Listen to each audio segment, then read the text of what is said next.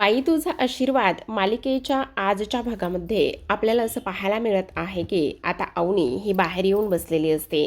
जेव्हा अवनी बाहेर येऊन बसलेली असते त्यावेळेला मात्र इथे राजा बाहेर येतो आणि म्हणत असतो, खरं तर आज ना इथे तुमच्यामुळे तुमच्यामुळे घरामध्ये आनंद आलेला आहे. तुमचे अगदी मनापासून आभार. आणि तुम्ही बाहेर जे काही आतमध्ये सगळं काही सांभाळून घेतलं ना, त्यामुळे तुम्ही काय करत होता तेव्हा अवनी म्हणत असते, काही नाही, अण्णांनी दिलेली चिक्की खात होती. खरंच अगदी मनापासून धन्यवाद बरं का. आणि त्यावर आता इकडे असं अवनी म्हणत असते, खरं तर वातावरण तेव्हा तसं झालं होतं ना, आणि ते त्यामुळे इथे मी त्या पद्धतीने वागलेली आहे. सगळ्यांना इथे गरज होती हसण्याची आणि म्हणूनच मी ते सगळं काही केलं आहे. पण एक गोष्ट मात्र नीट लक्षात ठेव, मी अजूनही तुला माफ केलेलं नाही आहे किंवा मी तुला कशाही पद्धतीने माफ कधीच करणार नाही, ही सुद्धा गोष्ट मात्र तू कायम लक्षात ठेव. तेव्हा मात्र इकडे आता लगेचच तो म्हणत असतो, ठीक आहे ना, सगळं काही मला कळतंय, पण तरीसुद्धा एक गोष्ट मात्र मला तुम्हाला सांगायची. तेव्हा मात्र आता लगेचच अवनी म्हणत असते, हो, ते सगळं काही ठीक आहे, पण काही जरी झालं ना तरीसुद्धा एक गोष्ट मात्र नीट लक्षात ठेवायची, मी कधीच तुला माफ करणार नाही, असं सुद्धा आता इकडे ती बोलत असते. हे सगळं काही बोलल्यानंतर आपण पाहतो की आता लगेचच इकडे आतमध्ये ती निघून जाते. आणि तेव्हा राजा म्हणत असतो, खरं पाहायला गेलं ना तर सगळ्यात महत्त्वाची गोष्ट म्हणजे माझं तुमच्यावर प्रेम आहे. दुसऱ्या बाजूला आपण पाहतो की आता इथे महेश हा अण्णांकडे आलेला असतो आणि तो म्हणत असतो इथे खरं पाहायला गेलं ना तर म्हणजे अण्णांकडे म्हणजे त्याच्या बाबांकडे तो म्हणत असतो, बाबा, तुम्हाला एक गोष्ट सांगायची होती, ती फाईल एकदा तुम्ही बघून घेता का? तेव्हा मात्र इथे ते म्हणत असतात, हे बघ, मला ना कोणतीच आणि कसलीच फाईल पाहिजे नाही आहे. तुला सगळ्यात महत्त्वाची गोष्ट सांगायची म्हणजे मला ना आत्ता माझ्या मुलीपेक्षा मला काहीही जास्त महत्त्वाचं नाही आहे. आणि मी तुला तेच सांगण्याचा प्रयत्न करत आहे. काही जरी झालं ना तरीसुद्धा. त्याच वेळेला आता इकडे तो म्हणत असतो, हो, ते सगळं काही खरं आहे, पण तरीसुद्धा इथे तेव्हा ते म्हणत असतात, काही कर, काही कर, मागातला जो काही वकील आहे तो तू बघ, पण काही जरी झालं ना तरीसुद्धा इथे मला माझी अवनी परत आली पाहिजे. जे काही दांगटांचं घर आहे ना त्या घरापासून इथे काही जरी झालं ना तरीसुद्धा इथे मला माझी फक्त अवनी हवी आहे, असं सुद्धा आता इकडे तो बोलत असतो. आणि त्यावेळेला मात्र महेश म्हणत असतो, तुम्ही नका काळजी करू, मी माझे सगळे काही प्रयत्न करेल. आणि त्याचबरोबर आता इथे चंद्रकांत देशपांडे म्हणत असतात, तू तुझे प्रयत्न करशील रे, पण मला मात्र इथे माझी अवनी हवी आहे, मला बाकी कोणीही नको आहे, असं सुद्धा आता इकडे ते बोलत असतात. हे सगळं काही बोलल्यानंतर मात्र ते निघून जातात. आणि निघून गेल्यानंतर आता मात्र महेशला अजूनच टेन्शन आलेलं असतं की काही जरी झालं तरीसुद्धा अवनी घरी परत येणं फार जास्त गरजेचं आहे आणि तिला आपण घरी परत आणलंच पाहिजे, असं सुद्धा आता इकडे ह्याचा विचार सुरू असतो. त्यानंतर मात्र तो इथे स्वातीकडे जातो आणि स्वातीकडे गेल्यानंतर म्हणत असतो, तुला तर फार जास्त आनंद होत असेल ना, तुला एवढा आनंद होत असेल, तुला असं वाटत असेल की आता मात्र आम्ही इथे केस हरलो आणि त्यानंतर वकील नाही भेटला किंवा आणखी काही झालं तर इथे मात्र अवनी पुन्हा घरी कधीच येणार नाही, असंच तुला वाटत असेल ना, पण तू काळजी करू नको. तेव्हा मात्र स्वाती म्हणत असते, असं का म्हणतोस? हे बघ, असं काहीही नाही आहे. तेव्हा मात्र इकडे ती म्हणत असते, असं कसं काही नाही आहे, मला सगळं कळतंय. तुला हेच वाटतंय ना की अवनीने मात्र आपल्या काही केलं तरी घरी मात्र आलं नाही पाहिजे, हेच तुला वाटत असेल. पण काही जरी झालं तरी एक गोष्ट मात्र तू कायम लक्षात ठेव, मी कितीही नाही म्हटलं तरीसुद्धा इथे मात्र आमच्या अवनीला जोपर्यंत घरामध्ये आणत नाही तोपर्यंत मात्र मी इथे शांत बसणार नाही. आणि अवनी आता फक्त या घरामध्येच येणार आहे. त्याचबरोबर इथे ती अशी व्यक्ती आहे ना की ज्या घरामध्ये जाईल ना त्या घरामध्ये मात्र सर्वांना ती जीव लावेल आणि आपलंसं करेल. अशी ती मुलगी आहे आणि त्यामुळे तिने त्या दांगड्यांच्या घरच्या लोकांना सुद्धा इथे जवळ केलं असेल आणि हे सगळं तिने व्यवस्थित घडून आणलं असेल असं महेश बोलत असतो. आता हे सगळं काही बोलल्यानंतर मात्र इथे पुन्हा एकदा स्वाती म्हणत असते, महेश तुला इथे काही जरी झालं ना तरीसुद्धा माझ्याबद्दल चुकीचा गैरसमज होतोय, असं काहीच नाही आहे असं सुद्धा आता इकडे ती बोलू लागते. त्याच वेळेला आपण पाहतो की इथे आता दुसऱ्या बाजूला हे सगळं काही सुरू असताना लगेचच राजा तिथे येतो आणि राजा तिथे आल्यानंतर तो म्हणत असतो, तुम्ही लोक काय करताय? तुम्हाला किती वेळा सांगितलेलं आहे अवनीने की इथे सगळं काही व्यवस्थित करायचं आणि त्याचबरोबर काही जरी झालं तरी सगळ्या वस्तू सगळ्या गोष्टी ह्या जिथली तिथं जागेवर ठेवायच्या. ही गोष्ट तुम्हाला कोणालाच कशी बरं कळत नाही आहे. आणि तेव्हा मात्र इकडे आता लगेचच तो म्हणत असतो, हो कळतंय आम्हाला सगळं, पण तुला सांगू का इथे ना ही जर गोष्ट इथे नमिताला समजली असती ना की तुझ्या त्या राजाने कानाखाली मारली आहे तर तिने मात्र खूप मोठं घर डोक्यावर घेतलं असतं. तेव्हा आता इथे यशोदा म्हणत असतो, तुम्ही दोघेही जण जरा शांत बसणार आहात का? उगाचच कांगावा करू नका बरं. तेव्हा धन्या म्हणत असतो, अगदी बरोबर बोलतोयस तू, कारण ही जर गोष्ट सगळ्यांना समजली असती ना तर किती गोंधळ होता, पण त्या नमीला मात्र कसं समजलं नाही तेच काही कळलं नाही आहे. आता तेवढ्यातच नमिता तिथे आलेली असते आणि नमिता तिथे आल्याबरोबर ती म्हणत असते, का काय झालेलं आहे? कोणती गोष्ट मला समजायला हवी होती आणि कोणती गोष्ट मला समजली नाही. तेवढ्यातच आता धनू म्हणत असतो, खरं तर तुला ना अगदी 100 वर्ष आयुष्य आहे. तेव्हा ती म्हणत असते, का कशासाठी मला 100 वर्ष आयुष्य आहे? माझ्याविषयी काही बोलत होतात का? नाही नाही काही नाही, तुझ्याविषयी काही बोलत नव्हतं, पण तू इथे काय करतेस? अरे काय करतेस म्हणजे मी ना आज इथे खीर बनवली आहे आणि त्यामुळे ती खीर तुझ्यासाठी घेऊन आली आहे. तेव्हा पाण्या म्हणत असतो, हे बघ नमे, तू ना अशा वेळी येत जाऊ नको बरं घरी. आणि का नको येत जाऊ? अगं त्या तुझ्या आईला समजलं ना तर काय होईल कळतंय का तुला? तेव्हा ती म्हणत असते, तुमची आत्या आहे ती, समजलं तुम्हाला? आणि काही जरी झालं ना तर मी येणारच. ऐक ना यशा, मी ना तुझ्यासाठी मस्त खीर आणलेली आहे, एकदा टेस्ट करून बघ ना. हे बघ मला नको आहे, ऐक ना खाऊन तरी बघ ना. असं म्हणून आता लगेचच ती तिच्या तोंडामध्ये एक खिरीचा चमचा टाकत असते आणि म्हणत असते, सांग ना कशी झाली आहे? तेवढ्यातच आता मात्र इकडे हा धनू म्हणत असतो, गोड आणि थोडीशी चिकट, म्हणजे म्हणजे तुझ्यासारखी चिकट आणि त्याबरोबर आमच्या यशोदासारखी गोड. असं म्हटल्याबरोबर ती म्हणत असते, तू माझी मस्करी करतोयस का? नाही नाही मस्करी नाही गं करत, मी फक्त इथे सांगत होतो. त्याचं काय आहे ना, खरं तर इथे तू आलीस ना ते बरंच झालं. म्हणजे काय काय झालं? आणि तुम्ही माझ्याबद्दल काहीतरी बोलत होतात का? नाही नाही काही बोलत नव्हतं तर, पण आज मात्र इकडे हा गोड आहे ना एवढा, आणि तो गोड असल्यामुळे ना इथे काय झालंय ना ते तुला माहीतच नाही आहे. काय झालंय म्हणजे आज तर ना इकडे तेव्हा यशोदा त्याला सांगण्यापासून गप्प बसवत असतो, कारण नमीला जर ह्या सगळ्या गोष्टी समजल्या तर नमी मात्र घर डोक्यावर घेईल. आणि तेव्हा मात्र इकडे ती म्हणत असते, काय झाले खरं खरं सांग. तेव्हा अगं हे बघ धन्या, तुला ना माझी शपथ आहे. नाही नाही माझी नाही, तुला ना यशोदाची शपथ आहे, सांग आता. मग आता धन्या म्हणत असतो, सॉरी हा यशोदा, सॉरी, आता तर मला सांगावंच लागणार आहे, कारण तिने ना तुझी शपथ घेतलेली आहे म्हटल्यावर मला काही जरी झालं ना तरी सांगावंच लागणार आहे. असं इकडे आता तो बोलत असतो आणि त्यावर म्हणत असतो, अगं नमे काय झाले तुला सांगू का? राजाने ना यशोदावर हात उचललाय. काय? राजाने यशावर हात उचललाय? त्याची एवढी हिंमत वाढलेली आहे, त्यांनी माझ्या यशावर हात उचललाय? कुठे आहे तो? कुठे आहे तो? तेवढ्यातच आता इकडे ती दरवाजा वाजवायला लागते आणि दरवाजा वाजवत असताना म्हणत असते, हे बघ गुपचूप ह्याला दरवाजा उघडायला सांग. अवनी आतमध्ये आहे ना, त्यामुळे मी इथे दरवाजा वाजवणार नाही आहे, पण काही जरी झालं ना तरीसुद्धा दरवाजा तू वाजवायला सांग. जोपर्यंत दरवाजा उघडत नाही तोपर्यंत इथे मी गप्प बसणार नाही. तेवढ्यातच पाठीमागून राजा आलेला असतो आणि पाठीमागून राजा आल्यानंतर इकडे लगेचच ती म्हणत असते की तुझी हिंमत कशी झाली माझ्या नवऱ्यावर हात उचलण्याची? तू समजतोस कोण स्वतःला? तुझं काय चाललेलं आहे? तू अशा पद्धतीने कसा काय वागू शकतोस? तू कोण आहेस? काय आहेस? आणि त्याचबरोबर इथे आता लगेचच राजा म्हणत असतो, नवरा? आणि हे कधी झालं? तुझा नवरा हा कसा काय? असं इकडे ती बोलत असते. त्यावेळेला मात्र नमिता म्हणत असते, तेच ती मी तुला विचारण्याचा प्रयत्न करते, तुझी हिंमत कशी झाली माझ्या नवऱ्यावर इथे हात उचलण्याची? तू समजतोस कोण स्वतःला? असं सुद्धा आता इकडे ती बोलत असते. आता हे सगळं काही बोलल्या बोलल्यानंतर मात्र लगेचच राजा तिथून निघून पळून जातो. पण यशा कुठे आहे असं म्हणतच आता लगेचच नमिता यशाकडे येते आणि म्हणत असते, यशा खरं खरं सांग काय झालेलं आहे, तुझ्यावर ह्याने हात का बरं उचलला.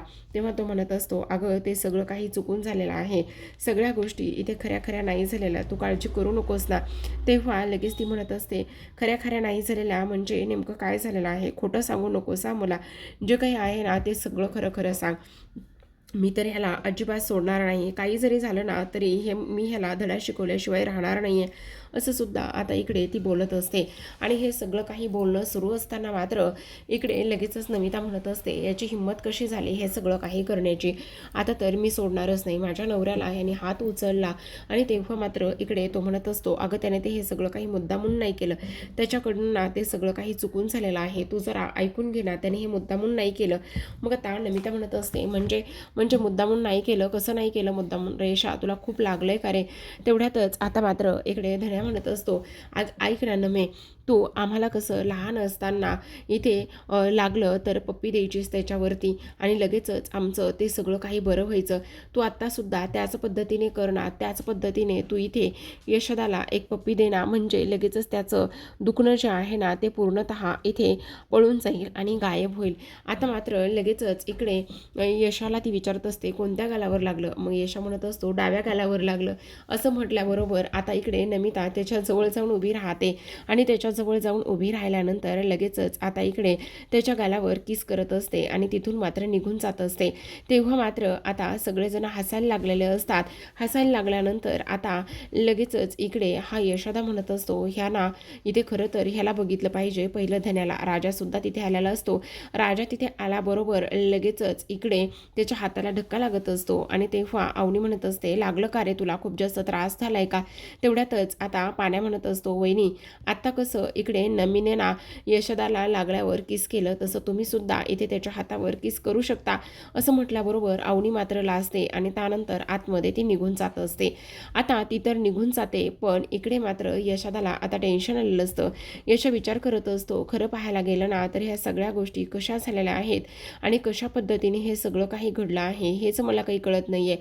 आणि त्याचबरोबर धन्या हे सगळं काही बोलल्यानंतर आता मात्र इकडे यशोदाला सुद्धा थोडंसं वाईटच वाटलेलं असतं, कारण अवनी तर तिथून लाजूनच निघून गेलेली असते. तेव्हा मात्र आता लगेचच इकडे हे दोघेही जण ह्या धन्याला म्हणत असतात, ह्याची तर खूपच जास्त मस्ती वाढलेली आहे, ह्याला ना कुठे बोलावं काय बोलावं हे कळतच नाही, थांबा आत्ता ह्याच्याकडे बघतो. असं म्हणून आता लगेचच तो त्याला मारण्यासाठी धावत असतो आणि तेव्हा धन्या म्हणत असतो, मी कुठे आणि काय चुकीचं बोललेलो आहे, मी काही एक चुकीचं बोललेलो नाही आहे, मी अगदी व्यवस्थित बोललेलो आहे की नाही.